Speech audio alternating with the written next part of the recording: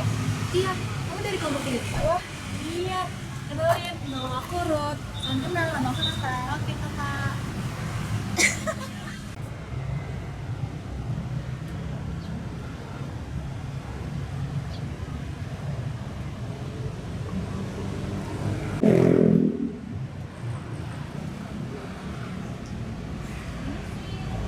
Hai, kelompok 3 ya?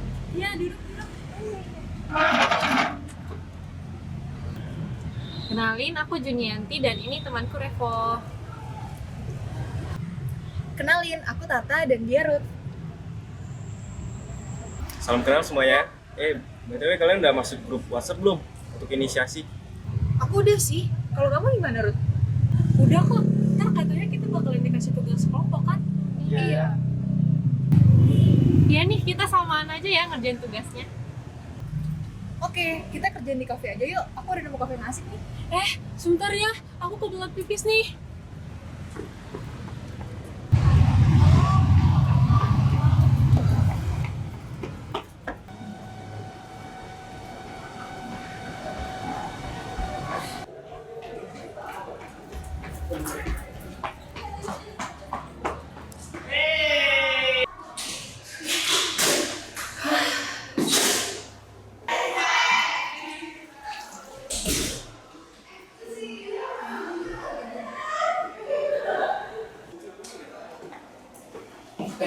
Lu dari kelompok 3 kan ya?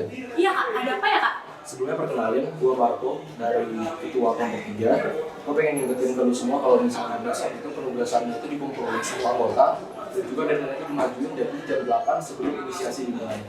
Oke kak, makasih banyak informasinya. Tapi beneran ya, ingetin ke semua anggota kalau misalnya harus kumpulnya tepat waktu. Kalau enggak, kita semua bakalan nembak yang gue juga bakalan nembak. Kira-kira namanya siapa ya? Kenalin kak, aku Ruth. Oke, besok gue pengen lu jadi ketua untuk kelompok 3. Oke, Terima kasih ya. makasih kak.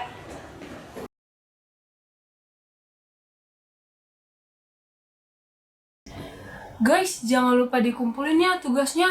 Ntar kita disemprot lagi sama Kak Marco. Haha, semangat guys!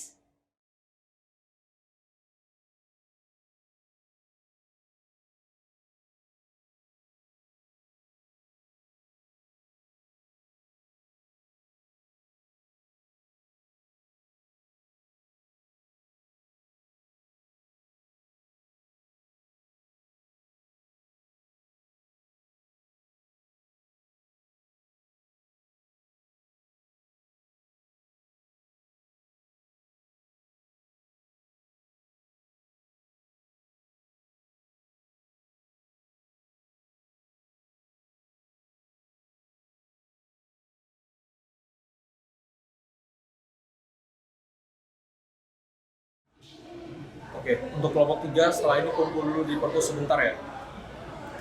Waduh, apa nih guys? Duh iya ya, aku jadi takut ya. Santai, paling besok dikasih tugas buat tugas besok. Oh iya, Apa lu? gak apa-apa kok. Yaudah ya, kita ke perpus yuk.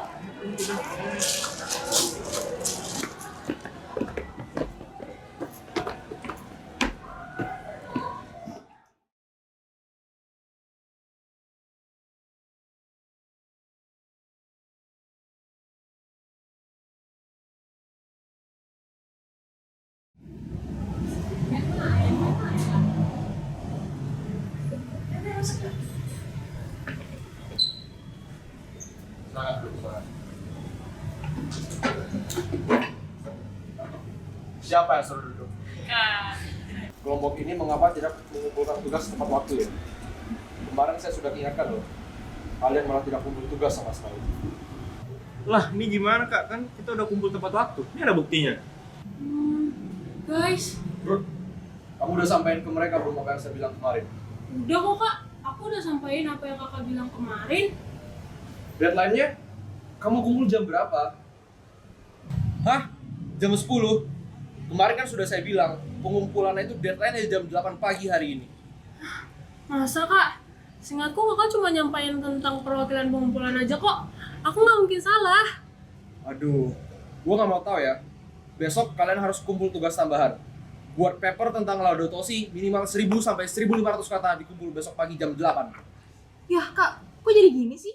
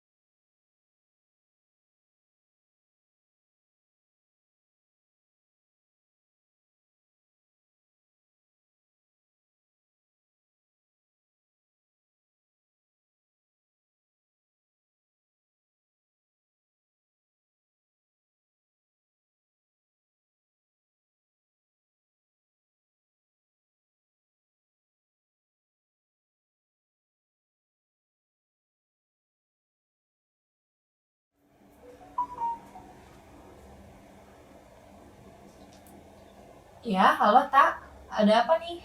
Ih Jun, aku sebel banget tahu sama Ruth. Iya nih Jun, aku kesel banget sama Ruth. Kenapa sih dia nggak mau ngakuin kalau dia itu salah?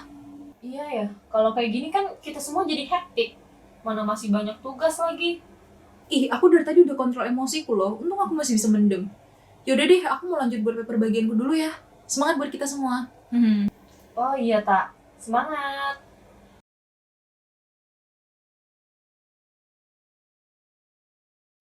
Ya guys, gimana guys? Ini ada tugas kelompok, terus kelompoknya aku juga nggak tahu gimana.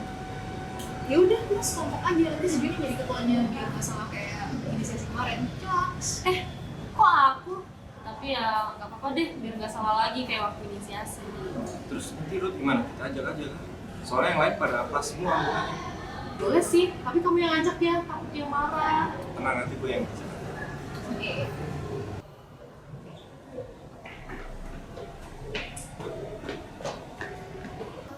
Tadi aku dagang.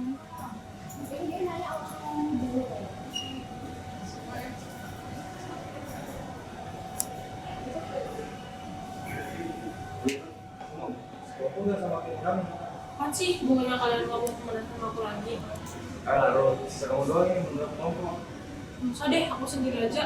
Ntar kalian nggak mau lagi temenan sama aku. Gara-gara yang inisiasi kemarin. Dulu di kalau gitu mah.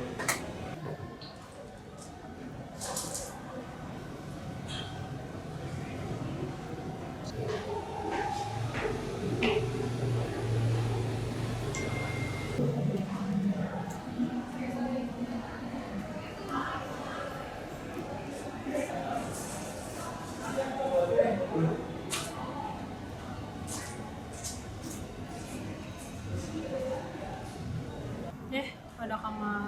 Oh, baru dari mana kak? Dari kelas tadi di atas. Kak, aku bingung deh. Itu kenapa lagi lu? Gimana ya supaya aku bisa temenan lagi sama Juni, sama kakak, sama Revo. Soalnya kan kakak ingat gak sih yang kemarin aku buat masalah itu waktu inisiasi. Terus sampai sekarang kita tuh jadi kayak ngejauh gitu di kelas. Dan aku ngerasa kesepian tiap kali, apalagi waktu ada pembagian kelompok gitu. Dan ya gitu, aku juga ya akhirnya ngerasa aku tuh egois waktu itu. Tapi gimana ya kalau aku bilangnya sama mereka? Sebenarnya lu harus juga mikir-mikir gitu dari kemarin, gak dari sekarang doang. Sebenarnya kalau misalnya sebagai ketua nih, kalau gua ya, gua tuh bakal jadi orang yang mau ngedengerin anggota-anggota gua, dengerin saran dari mereka, dengerin pendapat mereka, dan lalu tuh bener tadi apa yang lu bilang, itu nggak boleh egois jadi ketua. Iya sih kak. Oke deh kak, makasih sarannya. Udah habis ini lu samperin mereka, coba ngomongin baik-baik ya. Dadah kak. Dadah. Kakak abis ini mau kemana? Kantin bos. Udah cukup ya. Iya, mau ke kantin guys, mau ke kantin.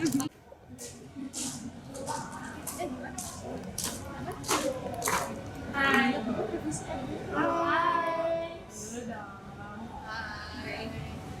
Kalian mau ngapain? Lagi bahas tugas kelompok tadi sih. Nyantai-nyantai lah. Aku mau. Ya ada apa? Mau aja. Aku boleh temenan bareng. Boleh dong, boleh. Aku juga mau ngakuin sesuatu. Jujur, Kemarin aku memang egois banget karena aku udah mau ngakuin kesalahan. Ya, tapi jujur aku betulan lupa sama yang bilang kemarin.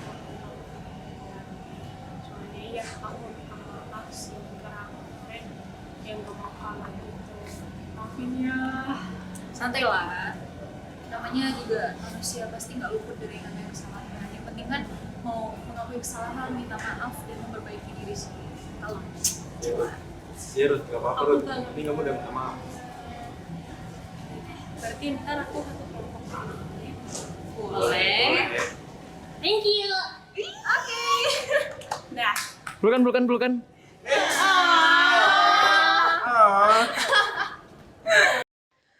Ada 4 tipe relasi dalam hubungan interpersonal, yaitu hubungan pertemanan, percintaan, keluarga, dan tempat kerja.